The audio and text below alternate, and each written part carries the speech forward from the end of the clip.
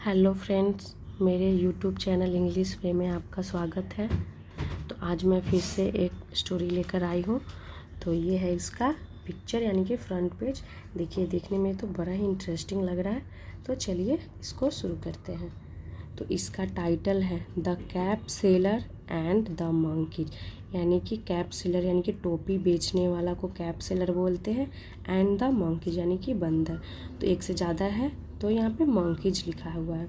तो क्या है एक टोपी बेचने वाला और बंदरों की स्टोरी, चलिए देखते हैं।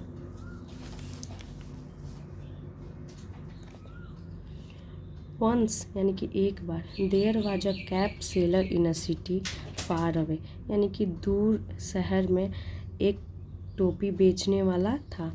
There was a cap seller यानी कि एक टोपी बेचने वाला इन अ सिटी, शहर में था। दूर शहर में एक टोपी बेचने वाला था, जिसे आप टोपी विक्रेता भी बोल सकते हैं। He used to travel from one town to the other selling caps. यहाँ फुल स्टॉप है तो मैं यहाँ तक की ट्रांसलेट करूँगी। ही यूज टू, तो वो क्या किया करता था, ट्रैवल यानी कि वो यात्रा किया करता था।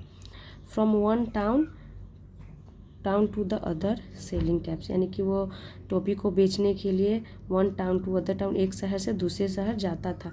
ही यूज टू, तो हम जब पास्ट की रेपिटेशन को दिखाते हैं कि हम पास्ट में ऐसे किया करते थे, वैसे किया करते थे, तो यूज टू का यूज करते हैं। और ही प्रोनाउन हमारा ये टोपी बेचने के लिए, बेचने वाला जो यहाँ पे है उसके लिए यूज किया गया है। तो ही हमारा यहाँ पे सब्जेक्टिव प्रोनाउन हो गया। वन हॉट समर डे, यानी कि एक गर्मी के दिन, he had to go to a distant town.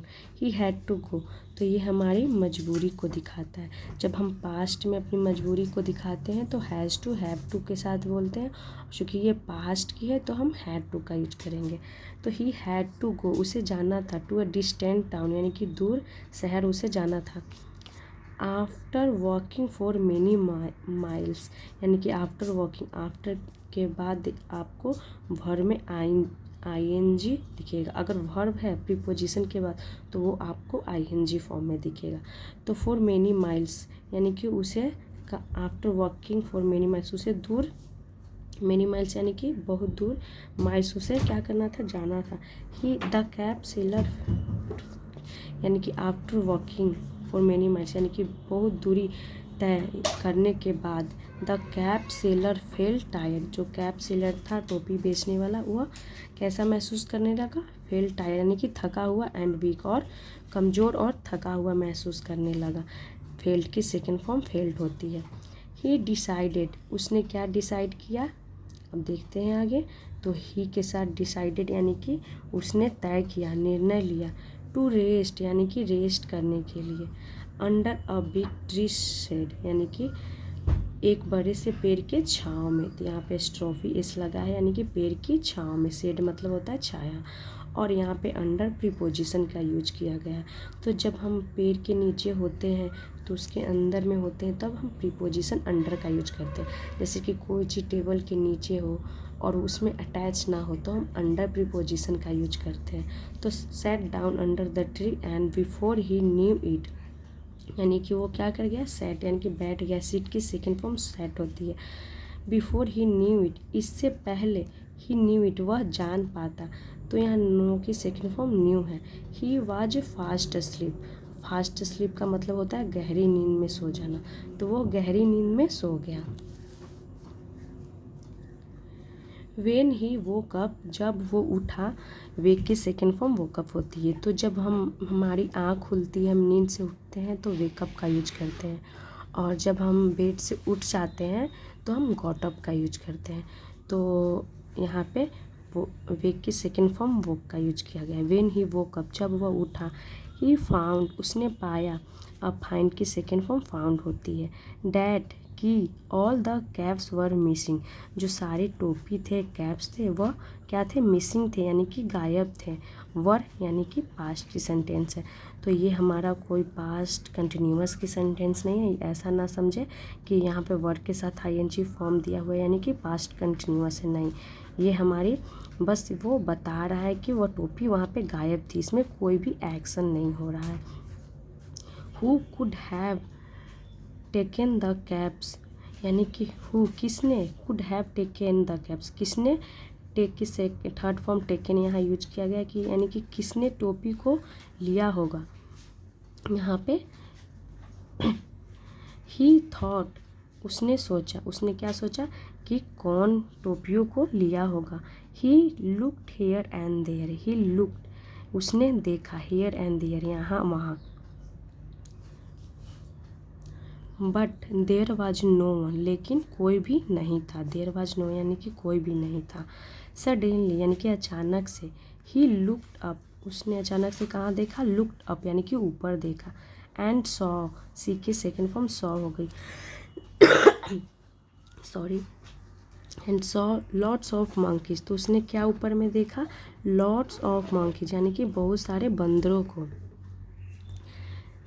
Lots of monkeys sitting on the branches, यानी कि बैठे हुए कहाँ पे देखा, ब्रांचेस, यानी ब्रांच मतलब शाखा होता है, तो उसने शाखाओं पे बैठे हुए बहुत सारे बंदरों को देखा। All the monkeys were wearing his caps, जो ऑल द मंकी, सारे जो बंदर थे वो क्या पहने हुए थे, वेयरिंग हिज कैप्स, जो उसकी टोपियों को पहने हुए थे, जो वो ढूंढ रहा था कैप सेलर। तो उसने ऊपर देखा कि बहुत सारे बंदर शाखाओं पे बैठे हुए हैं और वो मेरी टोपियों को पहने हुए थे। तो ये भी हमारे सिर्फ स्टेट ऑफ बीइंग की सेंटेंस है, जिसमें कोई भी एक्शन नहीं हो रहा है, सिर्फ वो बता रहा है कि उसकी टोपियों को वो पहने हुए था। हिज कैप्स यानी कि उसकी टोपियों को। And were swinging on the branches and playing, और क्या कर रहे थे, स्विंगिंग यानी कि झूल रहे थे, लटक रहे थे। ऑन द ब्रांचेस यानी कि शाखाओं पे, एंड प्लेइंग, और वो खेल रहे थे, यानी कि उसकी टोपी को पहन करके सारे बंदर क्या कर रहे थे, इधर से उधर झूल रहे थे, पेड़ की शाखाओं पे खेल रहे थे। The cap seller shotted at the monkeys, जो कैप सेलर था, टोपी बेचने वाला, उसने शॉटेड, शाउट की सेकेंड फॉर्म शॉटेड हो गई, तो उसने चिल्लाया। एट द मंकीज, किस पे, यानी कि बंदरों पे। गॉट एंग्री, यानी कि गेट की सेकेंड फॉर्म हो गई गॉट, यानी कि गुस्सा होकर के। ट्राइड ऑल वेज, यानी कि ट्राइड कोशिश की, ऑल द वेज यानी कि सभी तरीकों को। एंड ट्रिक्स यानी कि सभी तरीकों, एंड चालों को उसने क्या किया, कोशिश की। To get the caps back, यानी कि गेट यानी कि पाने के लिए, द कैप्स उन टोपियों को पाने के लिए उसने सारे वेज एंड ट्रिक यानी कि सारे उपाय, होता है ना कि सारे उपाय और सारे चाल चले, उसने ट्रिक अपनाया ताकि वो अपनी टोपी को पा सके। But it was of no use, लेकिन it was of no use का मतलब हुआ लेकिन कोई भी फ़ायदा नहीं हुआ, कोई भी काम नहीं आया, कोई यूज नहीं हो पाया। इंस्टेड यानी कि बजाय, अब चलिए यहाँ पे देखते हैं। The monkeys started dancing, monkeys क्या करने लगे, स्टार्टेड डांसिंग। देखिए वो सारे अपने ट्रिक लगाया अपने टोपी को वापस पाने के लिए, पर उसके बजाय क्या बंदर और करने लगे, मंकीज जो थे वो स्टार्टेड डांसिंग। तो स्टार्टेड हमारा एक ऐसा वर्ड है जहाँ पे आपको उसके बाद आपको आईएनजी फॉर्म दिखेगा जो कि जेरेंट को दिखाता है। तो स्टार्टेड के बाद हम आईएनजी फॉर्म का यूज करते हैं। एंड टीजिंग, और क्या करने लगे, टीजिंग यानी कि चिढ़ाने लगे। द हेल्पलेस कैप सेलर, जो मजबूर वो कैप सेलर था जिनकी टोपियों को वो मंकीज ले लिया था, तो वो मंकीज क्या करने लगे और डांस करने लगे और चिढ़ाने लगे। They also started shouting back at him. अब देखिए यहाँ पर भी स्टार्टेड के बाद आईएनजी फॉर्म दिया गया, तो आपको ये स्टोरी में मोस्टली कभी ना कभी आपको ये मिल ही जाएगा, ये आपको ध्यान रखना है कि इसके बाद इन्फिनिटिव भी यूज होता है कहीं कहीं पे, लेकिन मोस्टली आपको यहाँ पे जेरेंट फॉर्म दिखेगा यानी कि वर्ब में आईएनजी। तो कुछ ऐसे वर्ड होते हैं गिने चुने जिसके बाद आईएनजी फॉर्म यूज होता है। दे ऑल्सो स्टार्टेड, वे क्या करने लगे, ऑल्सो स्टार्टेड यानी कि शाउटिंग बैक एट हिम। तो हिम किन के लिए यूज किया गया है, उस कैप सेलर के लिए प्रोनाउन यूज किया गया है, चूँकि हिम हमारा क्या हो गया, ऑब्जेक्टिव प्रोनाउन हो गया। तो वो बंदर क्या करने लगे, चिल्लाने लगे वापस। Then an idea stuck the cap seller, यानी कि जो कैप सेलर था उसको एक आइडिया आया। He removed the cap, he removed का मतलब हो गया उसने अपनी टोपी को उतारी, रिमूव यानी कि हटाई, सर से हटाई नीचे उतारी। He was wearing and three it on the ground. He was wearing यानी कि जो टोपी उसने पहनी हुई थी उसे उतारी, एंड थ्रो की सेकंड फॉर्म थ्री हो गया, और फेंक दी। इट किसके लिए यूज हुआ है? कैप के लिए। ऑन द ग्राउंड तो कहाँ फेंक दिया? कि ग्राउंड पे यानी कि नीचे ज़मीन पे फेंक दिया। उसने अपनी टोपी को उतारी और ज़मीन पे फेंक दिया। Monkeys are excellent in copying. जो बंदर होते हैं वो क्या होते हैं? एक्सीलेंट होते हैं। किस चीज़ में एक्सीलेंट होते हैं? तो कॉपी करने में, यानी कि वो माहिर होते हैं दूसरों को कॉपी करने में। कॉपी मतलब यानी कि सेम चीज़ करने में, देख करके वही चीज़ को करना कॉपी करना बोलते हैं। तो मंकी क्या होते हैं? एक्सीलेंट यानी कि माहिर होते हैं कॉपी करने में। एवरीथिंग यानी कि सारा कुछ कॉपी करने में वो एक्सीलेंट होते हैं। When the monkeys saw the cap seller throw his cap. जब मंकीज यानी कि बंदरों ने देखा, सी की सेकंड फॉर्म सॉ यानी कि देखा, द कैप सेलर यानी टोपी बेचने वाले को, थ्रो यानी कि फेंकते, हिज कैप अपनी टोपी को, ऑन द ग्राउंड यानी कि ज़मीन पे। All the monkeys did the same. जो सभी बंदर थे यानी कि उसने सेम चीज़ किया, यानी कि उसने भी अपनी टोपी फेंक दी। तो देखिए पहले रुकते हैं, मैं बताती हूँ। जब वो क्या था, कैप सेलर था, वो सारे ट्रिक अपनाया कि वो अपनी टोपी वापस ले ले, मांगा, कोशिश किया, पर वो बंदर नहीं दे। उसके बजाय और क्या करने लगे? बंदर वहाँ डांस करने लगे, चिल्लाने लगे। तो उस एक आइडिया आया कैप सेलर के दिमाग में। तो उसने अपनी, वो उसे पता था कि बंदर कॉपी करने में माहिर होता है, तो उसने अपनी टोपी को उतारी और ग्राउंड पे फेंक दी। तो बंदर तो होते ही हैं कॉपी करने में। आपने एक सुनी भी होगी, बचपन में ऐसे हम लोग भी सुनते थे कि जब आप बंदर पेड़ पे है तो आपको आम के पेड़ पे है तो आपको आम खाने का मन है तो कैसे खाएंगे? तो आप उसे मारेंगे पत्थर उठा करके, तो वो भी मारेगा क्योंकि बंदर तो कॉपी करता ही है। तो बंदर आम तोड़कर मारेगा, तो इस प्रकार आपको आम मिल जाएगा। तो सिमिलरली यहाँ पर भी वही ट्रिक वो कैप सेलर लगाया है।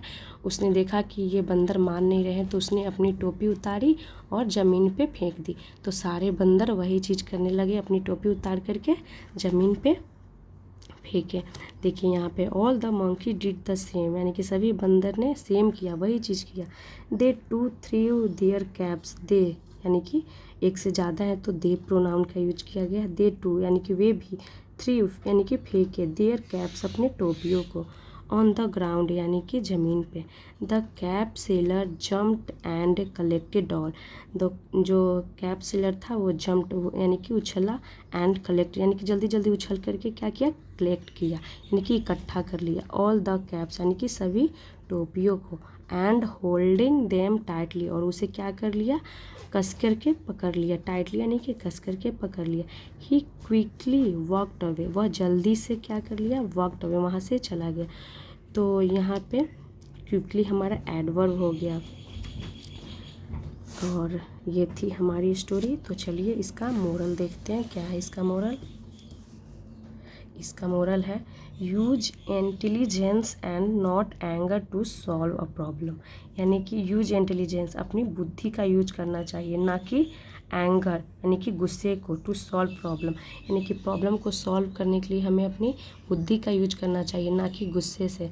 और स्टोरी में भी तो वही था, आपने देखा कि वो जब गुस्सा कर रहा था तो बंदर भी गुस्सा करने लगे और डांस करने लगे, चिढ़ाने लगे। और जब उसने अपना बुद्धि लगाया तो वो अपने सारे टोपियों को ले पाया। तो ये स्टोरी थी। आई होप आपको मेरी स्टोरी अच्छी लगी हो। Thanks for watching.